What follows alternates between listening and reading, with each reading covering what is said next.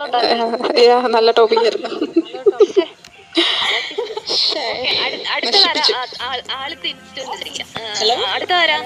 Hello കേൾക്കുന്നുണ്ടോ? Hello hello hello hello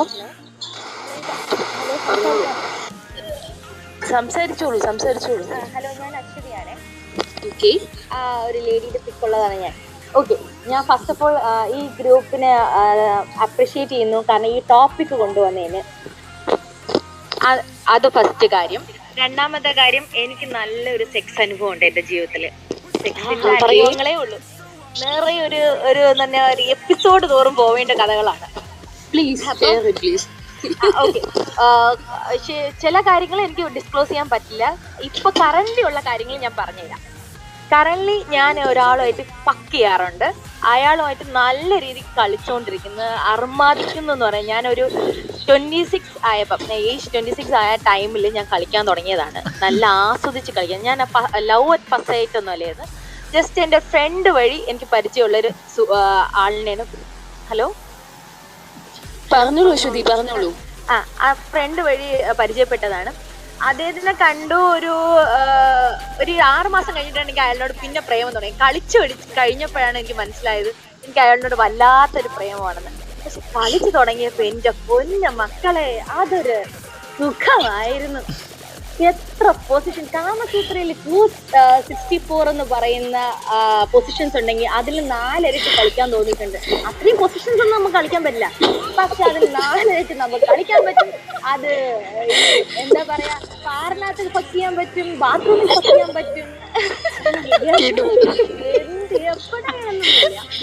നമുക്ക് കിട്ടുന്ന സ്മോൾ പ്ലേസിലാണെങ്കിൽ ഞാൻ ഫക്ക് ചെയ്യാൻ കിട്ടിയ ഞാൻ അതിന് പറ്റിയൊരു പാർട്ട്ണറാണ്. എന്നാ ഞാൻ ആള് എന്റെ കൂടെ കട്ടയ്ക്ക് നിൽക്കും.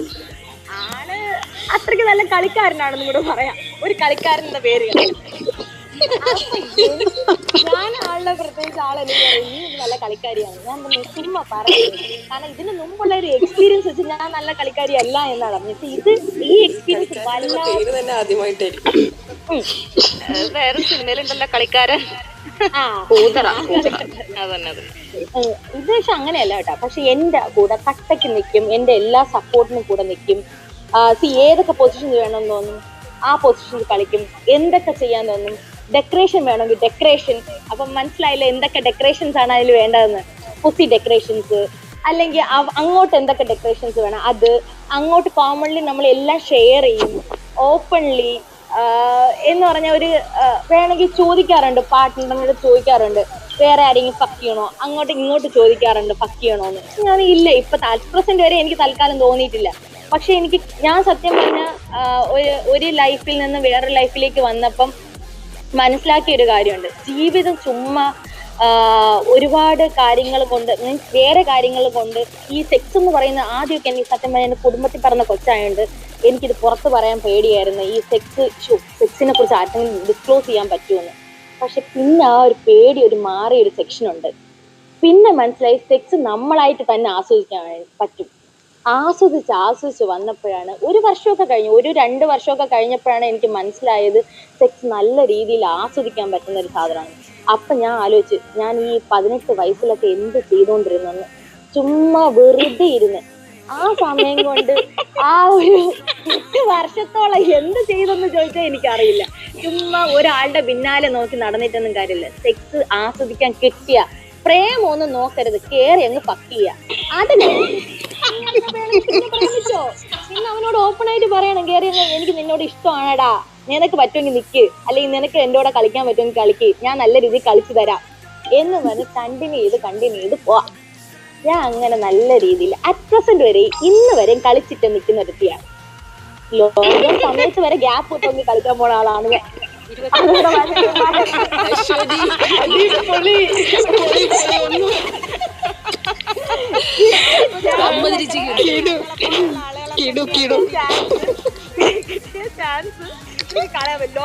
പോലീസുകാരെ പിടിച്ചു നിർത്തുമെന്ന് തോന്നിയൊന്നുമില്ല. ഞാനൊരു റിക്വസ്റ്റ് ഇങ്ങോട്ട് എഴുതിക്കൊണ്ട് ചിരിച്ചോണ്ട് അങ്ങ് പോകും. മാന്യമായിട്ട് ഡ്രസ്സും ധരിച്ചോണ്ട് പോകും, കാരണം യുവമാർക്ക് തോന്നും വേറെ എവിടെയെങ്കിലും പോണെന്നത്. മാന്യമായിട്ട് ഡ്രസ്സും ധരിച്ചങ്ങ് പോകും. പോയി കഴിയുമ്പോ പിന്നെ അങ്ങ് കളിക്കാരനെ കിട്ടി അങ്ങ് കളിക്കുക. കുറച്ച് എനർജി ഇങ്ങോട്ട് ചൊരിയൂ.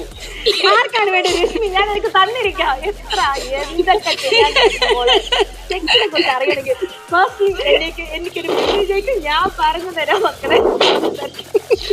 നമ്മൾ ഗുരുവിന് ശിശുത്വം വഹിച്ചിരിക്കുന്നു. സത്യം. 64 കാമകലകൾ കഴിഞ്ഞു. 120 124 ആയി എന്നാ തോന്നുന്നത്. 128. ഞാനില്ല, ഞാൻ മറ്റേ നമ്മള് പറയാറില്ലേ ഏനൽ സെക്സ് വരെ അതുവരെ എക്സ്പ്ലോർ ചെയ്ത് നടക്കുന്ന വ്യക്തിയാണ്. അല്ല പക്ഷെ അത് ഭയങ്കര പെയിൻഫുൾ അല്ലേ സാധാരണ? അല്ലടാ, അതിനൊരു പൊസിഷൻ ഉണ്ടടാ. അത് ഈ സത്യം പറഞ്ഞ എന്റെ കളിക്കാരനാണ് എനിക്ക് പറഞ്ഞു തന്നത്. അവൻ പറഞ്ഞ ഇങ്ങനെ ഒരു പൊസിഷനിൽ കളിച്ച് കറക്റ്റ് ആയിട്ട് പക്ക് ചെയ്യാൻ പറ്റുന്നു. ആദ്യമൊക്കെ അവൻ നല്ലൊരു കളിക്കാരനാണ് അങ്ങനെയുള്ള ഒരാളെ നമുക്ക് കിട്ടിയിട്ടില്ല. അതാണ് അശ്വതി നമ്മളെ ഒരു വലിയൊരു പരാജയം. അതാണ് കാരണം ഇത് നമ്മൾ അങ്ങോട്ട് പഠിപ്പിച്ചു കൊടുക്കേണ്ട ആളുകളായിരിക്കും മിക്കവാറും നമ്മൾ. ഇല്ല, സത്യം പറഞ്ഞ ഞാനൊരു പച്ചപൂജയായിരുന്നേ. ഞാനൊരു ബിഗ് സീറോ ആയിരുന്നു കേട്ടാ. ആദ്യമൊക്കെ ട്രൈ ചെയ്യാൻ സത്യം പറഞ്ഞു കഴിഞ്ഞാൽ നമ്മൾ പറയില്ല സഖ് ചെയ്യാൻ അറിഞ്ഞുകൂടാത്ത ഒരുത്തിയാണ് ഞാൻ. അതിൽ നിന്ന് ഇവിടം വരെ എത്തണമെങ്കിൽ ഞാൻ അത് കുറച്ച് ട്രൈ ചെയ്ത് ഞാൻ പിന്നെ practice makes a man perfect എന്ന് പറയുന്നത് എന്നെ പെർഫെക്റ്റ് ആക്കിയത് പ്രാക്ടീസ് ആണ്. Exactly, practice makes everyone perfect. Yeah super ആയിട്ട് ഞാൻ അതേ കൂടി നമ്മൾ ആലോചിക്കണം. കാരണം ഞങ്ങളൊക്കെ സംബന്ധിച്ചിടത്തോളം അതിനെ പറ്റിയൊരു ബോഡി വേണ്ടേ?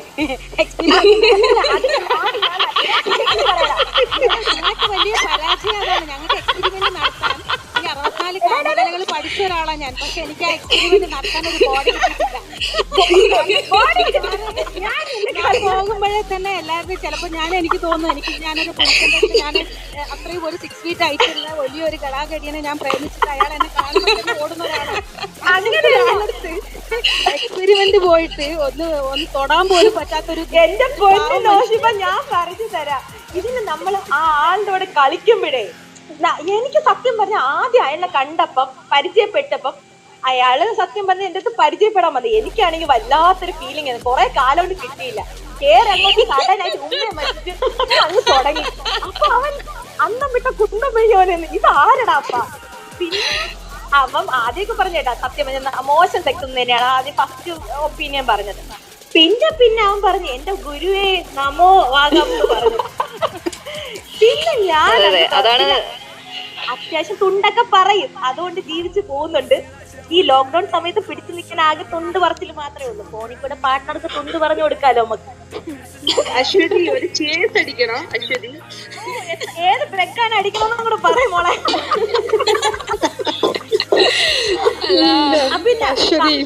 ഡ്രിങ്ക്സ് അടിച്ച് നമ്മൾ ഒരെണ്ണം തുടങ്ങിക്കഴിഞ്ഞാ എന്റെ പൊന്നു മോളെ അതൊക്കെ ഒരു വേറെ ലെവലാ. പിന്നെ എനിക്ക് ഈ ഗ്രൂപ്പിൽ നിന്ന് പരിചയപ്പെടുത്തി തന്നെ എന്റെ സുഹൃത്തുണ്ട്. അവൻ ഈ ഗ്രൂപ്പിൽ ഉണ്ടാന്ന് എനിക്കറിയില്ല. ഉണ്ടെങ്കിൽ അവനോട് ആദ്യം നന്ദി പറയണം. അവൻ പറയണേ എനിക്കൊരു ഗ്രൂപ്പ് ഉണ്ട്, തുണ്ട് ഗ്രൂപ്പ് എന്ന് പറയും. ആ തുണ്ട് ഗ്രൂപ്പ് വാട്സപ്പിനകത്ത് ആ ഗ്രൂപ്പിനകത്ത് ഫോണിന് മാത്രം എഴുതി മിയാ ഖലീഫയുടെ പിക്ചറും വെച്ചിട്ടുണ്ട്. ആ ഗ്രൂപ്പിനകത്ത് പറയാം എടി കയറി നോക്കി ഈ ഗ്രൂപ്പിനകത്ത് നിന്റെ ഇഷ്ടപ്പെട്ട ചർച്ചയാണ് നടക്കുന്നത്. അപ്പോൾ ഞാൻ കൊള്ളാലോ ഐറ്റം എന്ന് കേറി കുറെ നേരോട് ഞാൻ നോക്കണേ എന്നെ ഒന്ന് സംസാരിക്കാൻ വിടാൻ ഞാൻ തരുന്നില്ല ചാൻസ്. അനുഭവങ്ങള് സൂപ്പറായിരുന്നു. ശ്രീ പാർവതി നല്ല ടവറിന്റെ പേരിലൊക്കെ കളിച്ചെന്ന് പറഞ്ഞപ്പോ എനിക്ക് അവളോട് ഭയങ്കരമായിട്ട് സന്തോഷം. Thank you. വയലിൽ പോയി കളിച്ചിട്ടുണ്ട്. വയലിൽ പോയി കളിച്ചപ്പം എന്താ പറയാ ഭയങ്കര ചൊറിച്ചിലൊക്കെ ആയിരുന്നു. ഈ പുല്ലില് കിടക്കുമ്പോഴേ ചൊറിച്ചില് വരും. നമ്മള് സിനിമയിൽ കാണുന്ന പോലെ ഈ കണ്ടെത്തുന്ന പിടികൂടുന്ന സാധനം സിനിമയിൽ കാണുന്ന അത്ര ഈസി അല്ല പരിപാടി. സത്യം മോളെ. പക്ഷെ അതൊക്കെ ചുമ്മാ നമുക്ക് പക്ഷെ ഓരോ ചെയറിലൊക്കെ ഇരുന്ന് പക്ക് ചെയ്യുമ്പോഴും കിട്ടുന്ന ഒരു മൂല കിട്ടി അവിടെ ഇരുന്ന് പക്ക് ചെയ്യുന്നു. നടു റോഡിൽ പക്ക് ചെയ്യാൻ തോന്നിയിട്ടുണ്ട്. പിന്നെ ഞാൻ ആ പാട്ടറിനെ കൊണ്ട് ജില്ല തോറും പക്ക് ചെയ്തിട്ടുണ്ട്. എന്ന് പറഞ്ഞാൽ വണ്ടി കാറ് സൈഡിൽ ഒതുക്കി നിർത്തി പക്ക് ചെയ്യുമല്ലോ. അത് വരെ അത് മിഡ് നൈറ്റ് ആണ് കേട്ടോ. അങ്ങനെയൊക്കെ ഞാൻ ചെയ്തിട്ടുണ്ട്. ഇനി ഞാൻ സാഹസങ്ങൾ ഇഷ്ടപ്പെടുന്ന ഒരു വ്യക്തിയായിട്ട് ഞാൻ എല്ലാം ചെയ്യും. അതാ ഞാൻ പറഞ്ഞത് എന്റെ ഫസ്റ്റ് എക്സ്പീരിയൻസും സെക്കൻഡ് എക്സ്പീരിയൻസും വ്യത്യാസമാണ്. ഫസ്റ്റ് എക്സ്പീരിയൻസ് എന്ന് പറഞ്ഞാൽ ഈ പറയുന്ന പോലെ കരച്ചിലും പിഴിച്ചിലും എനിക്ക് ഒന്നും അറിയത്തില്ല. അപ്പൊ ഞാൻ ആളിനോട് പറഞ്ഞു ഞാൻ ഒരു 20 വയസ്സിലാ തുണ്ടൊക്കെ ആദ്യം കാണാൻ തുടങ്ങി. എന്റെ കൂട്ടുകാരിയുടെ കൂടെ ഇരുന്നത് തുണ്ടൊക്കെ കാണാൻ തുടങ്ങിയപ്പോ ഇവര് ചെയ്യുന്ന പോലെ ചെയ്യണമെന്ന് ഞാൻ അങ്ങോട്ട് അയാളുടെ റിക്വസ്റ്റ് ചെയ്തപ്പോ അയാൾ പറയണേ നിനക്ക് ഇതൊക്കെ എവിടെ നിന്ന് അറിയാം, ഞാൻ തുണ്ട് കണ്ടിട്ടാണെന്ന്. അപ്പൊ അയാൾ എന്റെ അടുത്ത് മുഖത്തൊക്കെ എനിക്കിതൊന്നും പറ്റില്ല, എന്ന് പറഞ്ഞ ഒരു വ്യക്തിയാണ്. പക്ഷെ സെക്കൻഡ് എനിക്ക് കിട്ടിയ പാർട്ട്ണർ എന്ന് പറഞ്ഞാൽ ഒന്നൊന്നര പാർട്ട്ണറാണ്. എന്റെ പൊന്നുമോനെ, അവൻ കളഞ്ഞാലും ഞാൻ അവനെ കളയൂല, തീരുമാനിച്ചു വച്ചിരിക്കുന്നതാണ്. ഈ ഗ്രൂപ്പിൽ വല്ലതും കേൾക്കണമെങ്കിൽ എന്റെ പൊന്നു സുഹൃത്തെ എന്നെ കളയരുത്. പുരുഷന്മാരെ അല്ല, ഇവിടെ കുറെ പേര് കേട്ടുകൊണ്ടിരിക്കുന്ന പുരുഷന്മാരോട് എനിക്ക് റിക്വസ്റ്റ് ഉണ്ട്. ഞങ്ങൾ ഇതിനെ കുറിച്ചൊക്കെ ചർച്ച ചെയ്യും, അതൊക്കെ ഞങ്ങളുടെ സൗകര്യം ഇതൊക്കെയാണ് ഞങ്ങൾ. പക്ഷെ അത് വിചാരിച്ചിട്ട് ഞങ്ങളുടെ ഇനിയും നിങ്ങളുടെ എന്താ പറയാ പെനീസ് കൊണ്ടിട്ട് ഞങ്ങളുടെ ഇൻബോക്സ് നിറയ്ക്കരുത്. കാരണം പെനീസ് കൊണ്ടിടരുത്. കാരണം ഇത് ഏറ്റവും കൂടുതൽ കണ്ടുള്ള വ്യക്തിയാണ് ഞാൻ. ഒരുപാട് പല വെറൈറ്റി കണ്ട് മടുത്തു. പല വെറൈറ്റി പല സൈസുകൾ കണ്ട് പക്ഷെ അതൊരു ചിലരുടെ ഒരു ഓവർ കോൺഫിഡൻസ് ആയിരിക്കും. അപ്പൊ ഞാൻ പറഞ്ഞു, നിങ്ങളിപ്പോ ഇത് വലുതായിട്ട് നിങ്ങൾ ഇത് കൊണ്ടിട്ടത് കൊണ്ട് എനിക്ക് പ്രത്യേകിച്ച് ഒന്നും തോന്നാൻ പോകുന്നില്ല. കാരണം ഞങ്ങൾക്ക് തന്നെ ഒരു സെൻസേഷൻ പാർട്ട് തന്നെ കുറച്ച് ഭാഗമുള്ളൂ. ഒരു വിരൽ കൊണ്ട് പോലും ഒരു സ്ത്രീനെ തൃപ്തിപ്പെടുത്താൻ പറ്റുമ്പോൾ നിങ്ങൾ ഇത്ര ഒലക്ക പോലുള്ള സാധനമൊന്നും ഇവിടെ കൊണ്ട്